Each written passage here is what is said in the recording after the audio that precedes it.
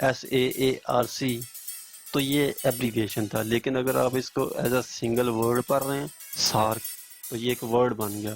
جب آپ اس کو ورڈ کے طور پر پڑھتے ہیں تو وہ بن جاتا ہے ایکرونیم، اور جب اس کو الگ الگ کر کے بائی اسپیلنگ بائی الفابیٹیکلی پڑھتے ہیں تو وہ ہوتا ہے ایبریویشن۔ اب آگے سارک کے بارے میں بات کرتے ہیں۔ تو یہ اسٹیبلش ہوئی تھی دسمبر 8 1985 کے اندر۔ 8 دسمبر 1985 میں اس کا وجود قائم کیا گیا تھا اور یہ ڈھاکہ کے اندر اسٹیبلش ہوئی تھی۔ اس کے بعد سارک کے اندر کرنٹ جو ممبر ہیں وہ 8 ممبرز ہیں، ان کے ہم نام دیکھ لیتے ہیں۔ اس کے اندر شامل ہیں جی پاکستان، افغانستان، بھوٹان، انڈیا، مالدیپ، نیپال، سری لنکا اور بنگلہ دیش۔ سارک کے متعلق ایک اور کوسچن پیپر میں آتا ہے، اس میں وہ آپ سے پوچھتا ہے کہ which country has recently joined the SAARC, کہ کون سے ملک نے ابھی نیا سارک کی تنظیم کو جوائن کیا ہے۔ تو اس کا جو آنسر بنتا ہے وہ ہے افغانستان۔ افغانستان نے سارک کو 2007 کے اندر جو تھا وہ جوائن کیا تھا۔ اس کے بعد جو اس کا ہیڈ کوارٹر ہے وہ ہے کھٹمنڈو کے اندر۔ کھٹمنڈو جو ہے وہ نیپال کا کیپٹل ہے۔ نیپال کے اندر کھٹمنڈو میں اس کا جو ہے ہیڈ کوارٹر واقع ہے۔ اس کے بعد اس کے کرنٹ ممبر جو ہیں وہ 8 ہیں۔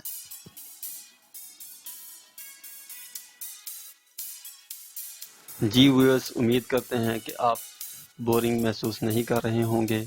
اب ہمارے پاس جو کوسچن نمبر 9 ہے وہ ہے مایا بے بیچ از دا بیچ آف ڈیش، کہ مایا بے بیچ کس ملک کا بیچ ہے۔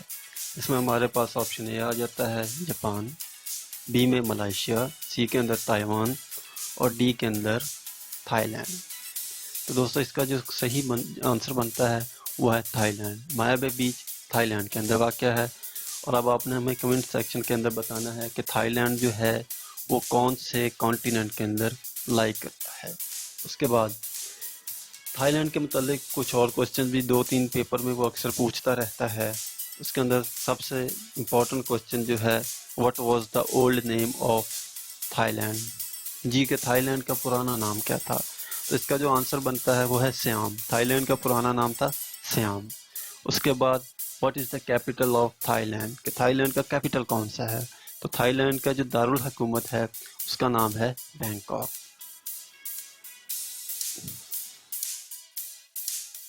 جی نیکسٹ ہمارے پاس کوسچن آ جاتا ہے کوسچن نمبر 10۔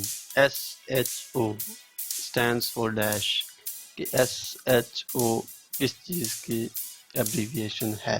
اب یہاں پر یہ ایک ایبریویشن ہے، یہ ایکرونیم نہیں ہے کیونکہ اس کو ہم الفابیٹیکلی سیپریٹ کر کے پڑھ رہے ہیں۔ تو اس کے آپشن کی طرف آتے ہیں۔ اے جو ہے اس کا آپشن ہے وہ ہے اسٹیشن ہائی آفیسر، بی میں ہمارے پاس آپشن آ جاتا ہے اسٹیشن ہاؤس آفیسر، سی کے اندر ہمارے پاس آپشن آ جاتا ہے اسٹیشن ہیڈ آفیسر، اور ڈی کے اندر وہ ہمیں کہتا ہے کہ کچھ بھی نہیں۔ تو اس کا جو اب کریکٹ آنسر بنتا ہے وہ ہے بی، اسٹیشن ہاؤس آفیسر۔